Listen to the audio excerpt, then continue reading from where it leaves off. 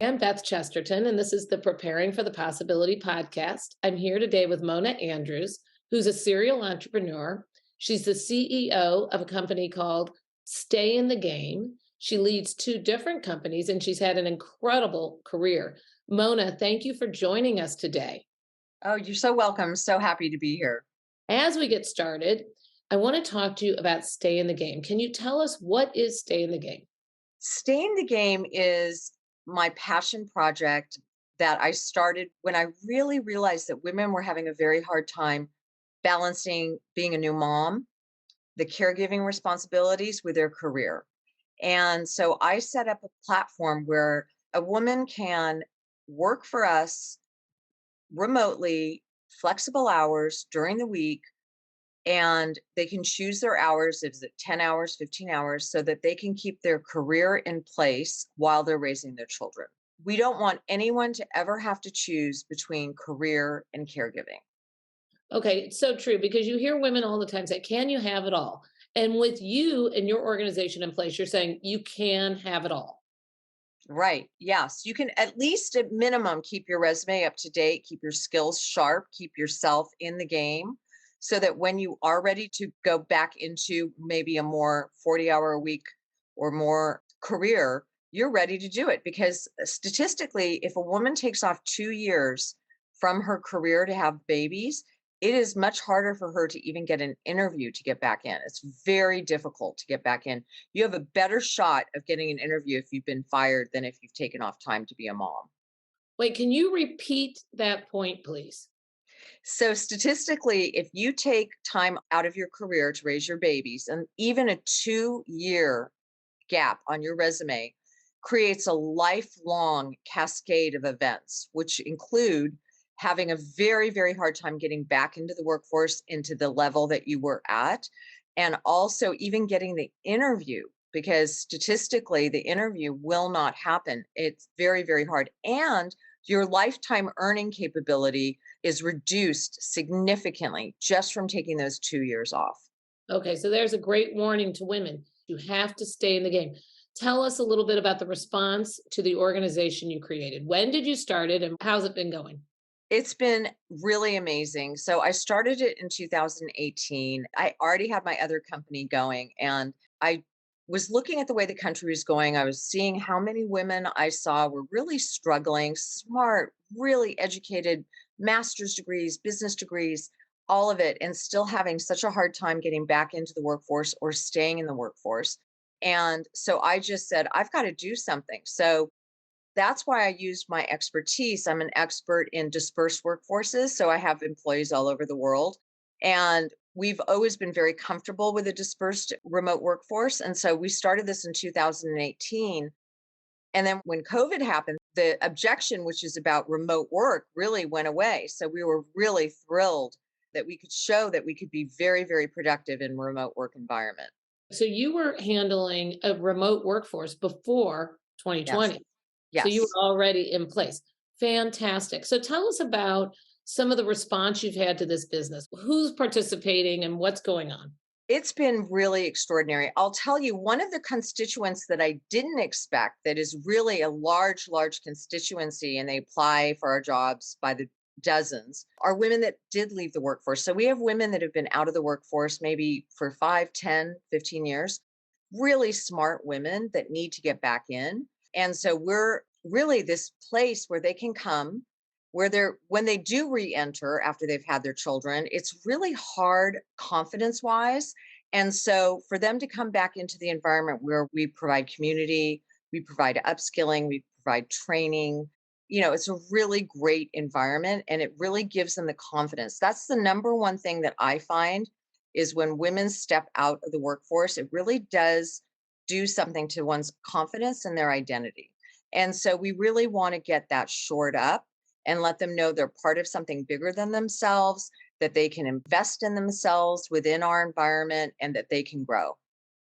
Let's talk about confidence. So ABC to CEO is in place to prepare young women for the possibility of CEO. So it's not just about being a leader, it's about being the leader. Confidence is a huge opportunity, sometimes a gap. Talk about how do you build confidence? You stay in the game is one thing it sounds like, but What are some things you do to shore up confidence? That's an excellent question. I would say one of the things that really helps with confidence is, first of all, let's say you're back in the workforce. Like employees will come back into the workforce. One thing that we do find is that, they'll engage on some of the training that we do and some of the upskilling, and we have book clubs and we do all kinds of different things that are value added so that they can learn and grow. And I think that when you do take on something that is outside their comfort zone, that's the most important thing, is to be very comfortable with being uncomfortable. So we tell all of our folks, all of our employees, if we're not uncomfortable, we're not growing. So we need to be very comfortable having uncomfortable conversations, doing things that we don't feel comfortable doing in terms of our skill set, always pushing that to grow. So we're really talking about being comfortable with being uncomfortable. We also do a lot of training around communication styles and skills. So like right now, our entire leadership team is reading a book called Crucial Conversations, which Mhm. is a really cool book to learn how to have those, because as women, we know that it's very hard for us to have certain types of conversations because of our innate ability. We really like to make people feel good. We're very, personable. We really think about how what we're going to say is going to affect the other person.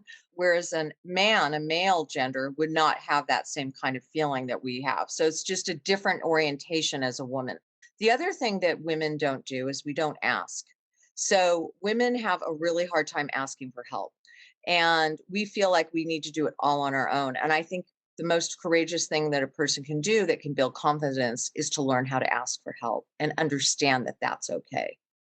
Okay, I love it. And I think what you're really speaking to is how a strength, which is caring about how people feel, having compassion, being able to connect, with too much of it can be a weakness as well because we're uncomfortable. But when you talk about being comfortable, being uncomfortable, it's really exciting. It makes it a little bit more fun. And when I was speaking with your really good friend, Puna Mahajer, who was also on our podcast, she talked about this year trying to do everything that made her uncomfortable. So she was Yeah. a very successful entrepreneur, as we know, and CEO who's taking intentional approach to spending her time in the discomfort zone. And that Yeah. sounds like you are in the same position. I tell my teams, I say, we're going to grow. I don't think we ever are done learning. And so, I mean, even when I'm 90, I'm going to still be learning how to do things better and be a better leader and a better, team player and all of that. It's always a learning process, constant learning process. The other thing you had asked was, how have we been received? Well, one thing that's been extraordinary is that we've really won a ton of awards. I was just awarded, based on the company, Visionary CEO by the Los Angeles Times, and also with the Stevie Awards and the Small Business Awards. So we've really achieved a lot of really great accolades for what we're doing. We're also really working hard on content. So we publish in Forbes. We write every 6 weeks, we have an article that's being published in Forbes, and really heavy on blogging and doing all kinds of stuff to get information out there with the most recent data that's being presented in this area, in gender equality, workforce, remote work trends, all of that. So, speaking to other people who are entrepreneurs, perhaps, or launching their own business or leading their own efforts, tell us about what being published in those sorts of publications, what these awards are doing for your business, besides validating your great efforts. That's such a good question. Excellent question. I think that one thing that we've done with that, and we're working with our marketing team to make sure that that gets out, but I think what it does, it really does give you access to additional people that might be clients. Because, for example, the LA Times sent out, I think it was 68,000 magazines that talked about the award. And so there are different constituents that will read about this award, and then they'll be alerted to what the business is. And then, of course, I've always made a really good effort at connecting with all the other nominees, really getting involved in what they're doing and then talking about it and getting it out there, really getting it out there on social media. We send emails, we send press releases, etc. And really building that network. As a serial entrepreneur, I think that's one of your great strengths is being connected and connecting with others. And it sounds like internationally. You're also an expert in leadership, which is a big deal for preparing women for the possibility of CEO. What do you think the most important skills are a woman should develop, or the skills if they want to be leaders and significant leaders? Great question. I think that one thing I would say is that, when I was a young entrepreneur, I was really hard on myself. I think that one thing that I would say is have a little bit of compassion for yourself as you're working through it. There obviously there's going to be ups and downs. One of the things that I've always told Puna, because we've been entrepreneurs now for 25, 30 years, is that one of the things I noticed about Puna and I is that we have a very high tolerance for pain, meaning when the problems hit, that's when we go into action. We don't sort of recoil from problems, we sort of hit them head on. And I think as an entrepreneur, that's what you have to do. You have to hit those things head on and go right in and try to figure it out. For me, I think one of my most important qualities is persistence. I've had a lot of setbacks, a lot of personal setbacks, a lot of family problems, deaths. I lost a sister and a brother. My husband had a catastrophic illness. And so there were a lot of setbacks in my personal life. And I thought, okay, am I going to let these diminish me or I'm going to let them propel me into seeing what I am capable of? And so I use those disasters, really catastrophes, to turn myself into a stronger person and to keep moving forward. And I think it's given me a lot more empathy for what people go through and how hard life can be. And I want to help others when they go through those difficult times so that I can help them get through something like that. Well, I'm first of all so sorry and thank you for sharing that with us. I think it's so important because I think when people really make it to the top, that there's a perception that it was easy for them or that their life was somehow gilded. And you're saying it was, in fact, all of these challenges that perhaps even inspired the organization that you're leading today, Stay in the Game. So you're talking about persistence and not stalling, right? Like not hitting a speed bump and stalling out, but continuing to persist and be tenacious and make it through. What other leadership qualities do you think that young women should be developing and that have helped you? That's a great question. I think, first of all, one thing that I'm a really big proponent of is reading and going to classes and doing things online. So I'm a constant learner. I read a lot. I go to a lot of different events that I think will help me build skills. And I also have a CEO coach. So I'm really focused on making sure that I'm learning how to better communicate all the time. I think having a collaborative idea instead of being a top-down leader, I like to be more collaborative and lead with kindness and empathy. Also to be very clear. That's one thing I've learned is that, really be clear so people really understand what is it that you're expecting of them. Because nobody can do what you need them to do unless they have a clear vision on what it is you actually want. And sometimes that's hard to articulate. So it's really important to be thoughtful about that and to give clear vision. One of the things that we do a lot of is, obviously one on ones every week, quarterly reviews, different kinds of ways of feedback. We also have a belief that feedback right away is better than feedback in 2 months or at the review. So we're constantly giving feedback to others. If there was one thing I could have learned earlier on, it would have been a lot easier for me. It would have been learning how to ask. I think that sometimes fear of rejection, it held me back a little bit. And that's because of my family of origin and different things that might have gone in my own life. So sometimes we need to dig into who we are as individuals so that we can be better leaders. So once we dig in and we really see who are we and how do we look at life and how do we think of things and how do we react to things, helps us better figure out how we can be better leaders. Once we clear that stuff out and get real clear about who we are as a person. Sounds like quite a journey. What you're talking about is getting feedback, asking for feedback. Persistence is a huge piece of it, sticking with something, overcoming challenges, and then continuing to learn and grow. This has been part of your formula of success. Tell us a little bit about your journey to this place. Did you start out in law? I did. Well, I went to law school with the very specific reason that I went to law school. And it was this: I wanted to get a graduate degree. I figured that I would either get an MBA or a law degree. And I thought, if my entrepreneurial venture doesn't make it, I can always practice law. So I looked at the law degree as an insurance policy. I've always wanted to be a business owner. It's been my passion since I was really young. I started trying little businesses when I was 13, 15. I lived in Europe. I tried little businesses there.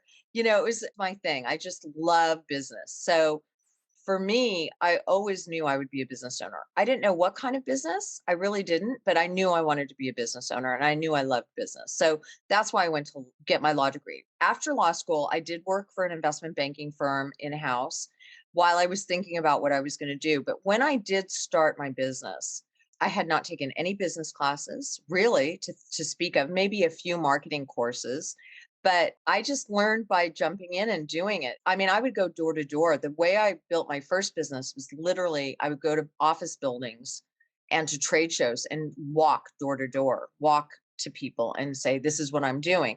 And so then I would get my first client. And then once I got that client, then I would say, okay, who do you know that you could introduce me to? So I built it that way. But now, thank God, with all of the knowledge that I have, the most important thing that I've learned too is the team. I mean, the team is everything. And getting the right team in place and getting people smarter than you are that have skill sets that you don't have, it's a really important piece. And then letting them fly and shine with that. So I think that sometimes entrepreneurs and especially lawyers, we are very control driven, I'm sure you've heard that there's a Yes. lot of control that goes into that. And so the funny thing is that when you start to really trust your team and give them the room to grow and look at it as you're teaching them to replace you, because really what you want as an organization is you want to be replaceable. The only way an organization is ever going to be successful is if it can stand on its own without one person, right? So we want to make sure that we're creating an organization that can thrive without me. Well, first of all, this has been exciting, and we really appreciate you taking the time to talk to us today and to show us what does it look like to be a serial entrepreneur and to know that you wanted to be in business your whole life. And I love this concept of going door to door and making your pitch. What's rejection for you? I mean, so somebody says no. How do you see that? Because rejection can stop a lot of us. How do you handle it? It still does. So I'm still working on it. I'm a work in progress on that one. But I will say this, one of the things that I noticed is that, and some of the studies have actually borne this out. So I have a ton of friends, I have a ton of colleagues, a ton of different, groups that I'm involved in. I love people. But once I have a person that I know in a social or business environment that's unrelated to my business, I do not want to ask them for business. And that is something a woman does. I'm going to just say, I'm guilty of it. Many women are guilty of it. Men, however, do not have that problem. They're very transactional in terms of understanding transactions. We're not. We're very sort of, personal driven, relationship driven, right? And so for us, it gets really uncomfortable that we think we're going to ask them something that's going to make them feel uncomfortable. And it's not. It's not. And so women, that's what I'm working on right now is asking some of the people that I know personally. I have no problem asking people I don't know. Yeah, and strangers going door to door, but now personally. Okay, so everybody, if you're listening, remember this is a time, and I would say that Mona's saying, just ask, go ask. Just I'm gonna, ask. and ask more often. So, how does somebody get connected with you if they want to follow you and learn from you? Oh, please do. And I'm always available to help. I love talking to anybody who wants to be an entrepreneur or leader. Please feel free to call me anytime. You can find me on any of the platforms. On Instagram, We Stay in the Game, but in everywhere else, we're Stay in the Game. And you can find me all over on any of those platforms.